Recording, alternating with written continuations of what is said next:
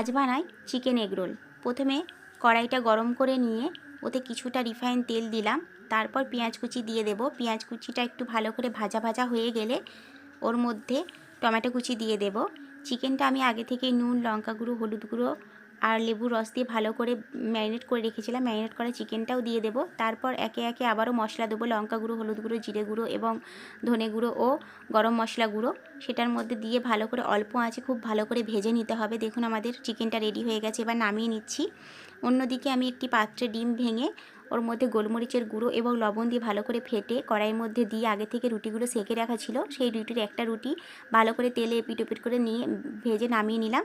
তারপর ওর মধ্যে চিকেন, শসা কুচি, পেঁয়াজ কুচি, কাঁচা লঙ্কা এবং লেবুর রস ও শসা সব দিয়ে ভালো করে একটা কাগজ আগে মুড়িয়ে তারপরে কাগজ দিয়ে আবার ভালো করে মুড়িয়ে নিয়ে আমাদের রেডি চিকেন এগ রোল।